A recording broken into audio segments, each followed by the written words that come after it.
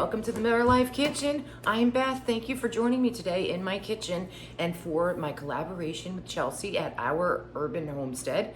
We are doing a dehydrating collaboration, and today I am showing you how I, as you saw in the beginning, dehydrate stuff to make stir fry.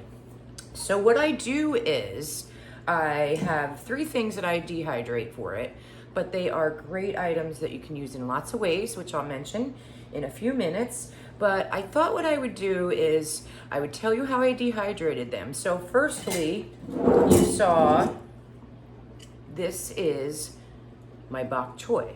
I did this a little earlier in the season because I did them in my green stock. And when I harvested them, I had a bunch. You'd be surprised. I want to say this was, it dehydrates down pretty far.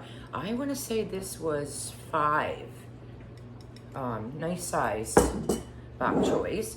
And I did some of the leaves. I have used some of them already, but the leaves are awesome. Some of the bigger leaves I actually stored those in a baggie and I used them maybe a week or 2 after the harvest. And what I did was I wrapped them, used them as wraps. And I'm gonna bring it down. All right, so here we are. I have my kettle boiling and I wanted to show you how everything turned out. So as you saw, this is my bok choy. I loosened these up just so you can see. I wanted to show you how nicely these things that are dehydrated rehydrate.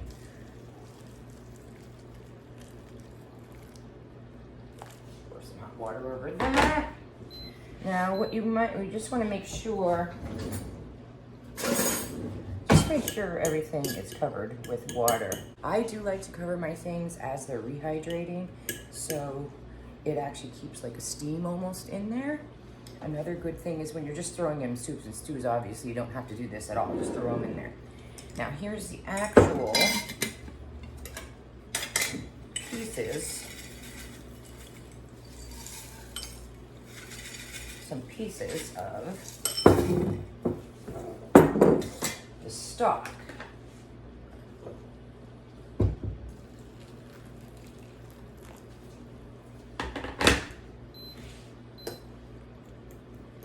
Make sure everything's down in there. I don't know if you can see this, but this is already rehydrating into the leaf. Now I did heat this kettle up all the way. It's at 212. Now here is my mung bean sprouts. I make them on my own in this bucket. If you'd like a video on that, I could do that. I do have a little short on it though. It's really quick, maybe 30 seconds, if that. But it just shows you how I do that. You can store them fresh in your fridge for a little bit, or you can dehydrate them. So I'm going to show you how. These are good though, even without rehydrating. You can just crumble these up on top of a salad or something, because they have a nice crunch then. You're gonna be amazed how this stuff rehydrates. I'm telling you.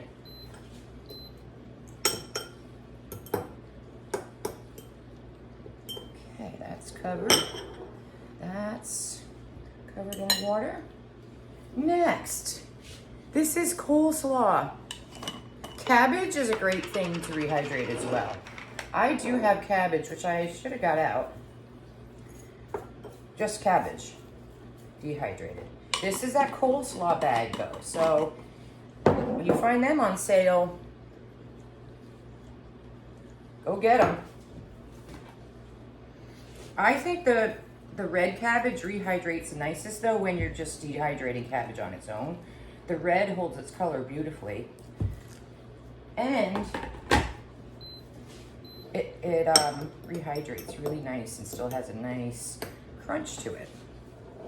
Okay, I brought you in at a different angle. It's really cloudy here today, so I had to have my lights on in the kitchen, so I apologize if it's a little fuzzy and the light's strange. But I wanted to show you, we went from this, in case you didn't see it very well the first time. This is what the mung beans turn into after they were dehydrated. Just dropped one in there, I think. But anyway, now this is when they were rehydrated or reconstituted. They are not all the way done. Actually, the only thing I think that's all the way done is the coleslaw and the leaf of the bok choy. But I wanted to show you, and these still have crunch to them.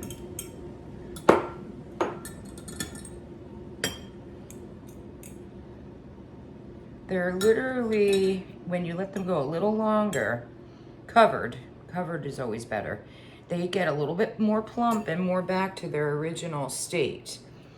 And they do still have crunch to it.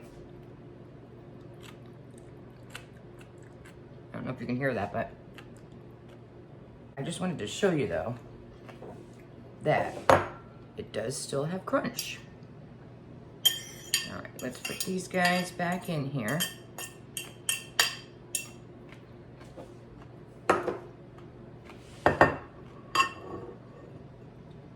Just stop chewing. Okay, next, here is our coleslaw mix. And I wanted to make a note, which I didn't say earlier. This coleslaw bag is only red cabbage, green cabbage, and carrots.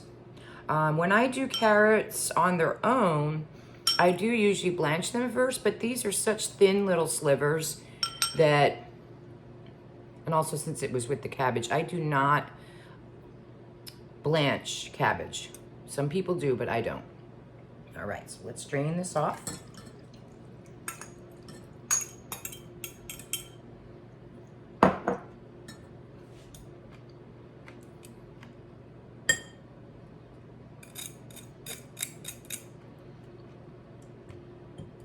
It's literally almost back to the state it was in before I started. It is a little softer. It's not going to be exactly the same because of, you know, the whole process, but wouldn't this be great to put in stir fry?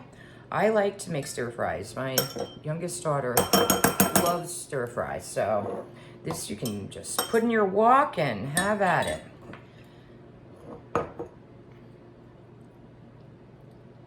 Look at the carrots still are crunchy, cabbage is crunchy.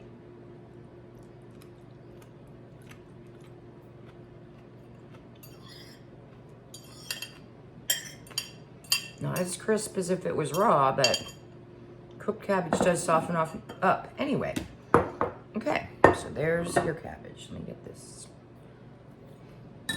Now, the bok choy stalks do need a little bit more time, but for the sake of the video, let's just keep going.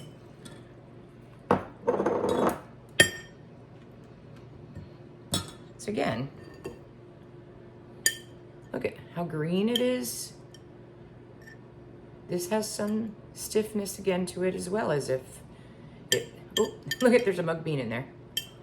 I told you I dropped one. But yeah, look at, this isn't even all the way done yet. All right, that is our bok choy. And then lastly,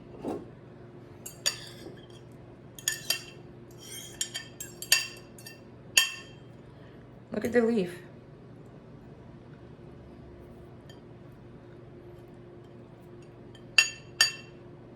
If you have big leaves, as I mentioned, you could make little baby rolls of anything, or even layer this into, make a softer side of a halupki casserole, but use the bok choy leaves.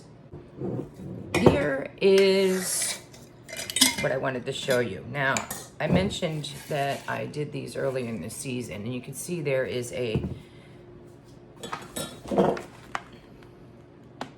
moisture absorber desiccant, if I'm saying it right, but I do have another dehydrating video in my playlist that just says, you know, I think it's tips and tricks dehydrating, something like that, that explains this a little bit further, but these are rechargeable.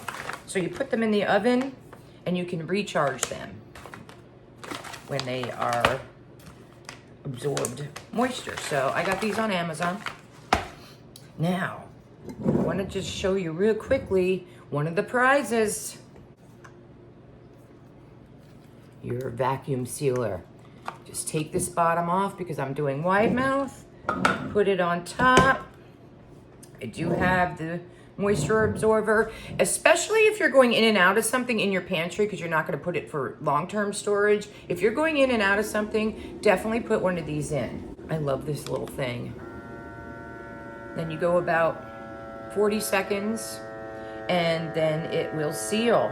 I don't have to drag out my food saver and the two attachments, which sometimes is a pain in the arse when you just have like a couple jars you want to seal.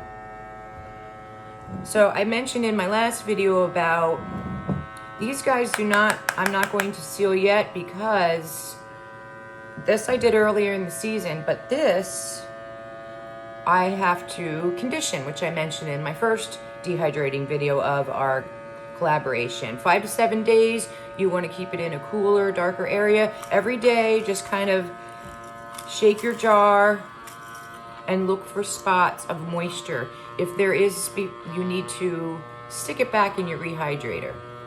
So that's really, really important, the conditioning part. Done. Now I can put a ring on. I do put rings on my dehydrating things. I do not on canning, but I do on dehydrating. So that's it for me for today for my dehydrating collaboration with our urban homestead. Now don't forget to like, comment for your chance to win a dehydrator or your vacuum sealer. Good luck, and I hope to see you next time at the Miller Life Kitchen. Good luck to everyone. Bye.